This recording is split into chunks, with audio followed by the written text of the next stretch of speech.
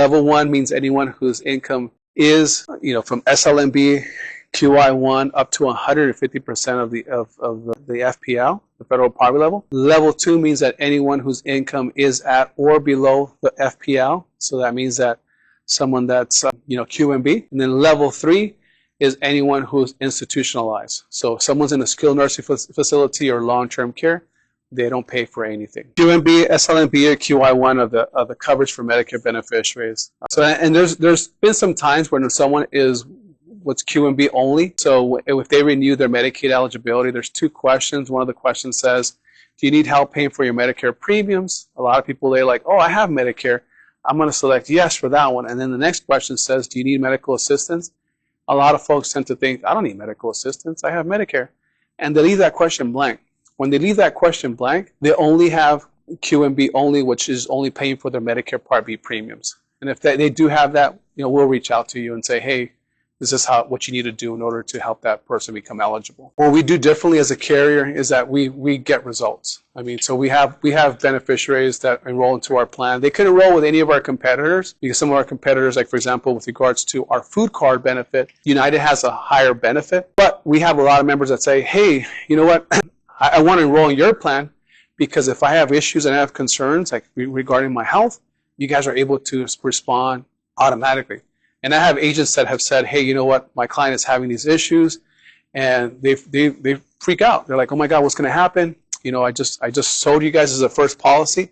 And then it's really nice when that same agent calls back and says, wow, I heard about you guys and what you guys do, but I had no idea like you guys are able to address these concerns immediately.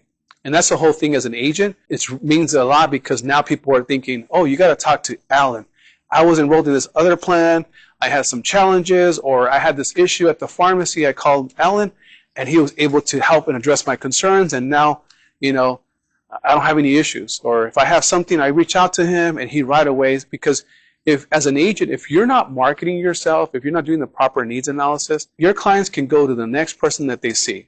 But I have agents that have been in the industry for years.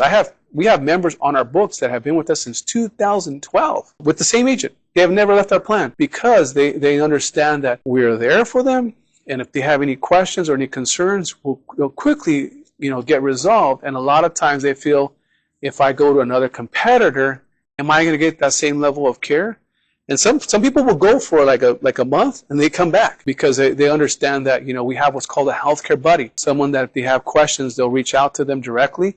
If they need a second opinion, if they have issues with transportation, which are huge, we have our transportation supervisor whose family members rely on transportation. I have brokers that have said, hey Manny, a peer told me to put my client on your plan because they have issues with transportation, and all of a sudden they have an issue with transportation, or they have an appointment. We had someone that came onto our plan and they were supposed to have surgery, and they were going to have surgery down in Maricopa County, but their appointment for surgery was at 6 o'clock. And they're like, is someone going to be at my house to pick me up at 3:30? And we're like, yeah, someone is going to be. And the member with the other carrier, they were never there. So he's like, I need to have this surgery. I can't take that chance. So he hired someone to take him down to the valley. And then at 3:30, the driver calls in and it's like, hey, this person's not here, and what's going on? And he was like, wow, I didn't think someone would make it a point to be there at 3:30 for me to take me down to have surgery. And those are the things that we do.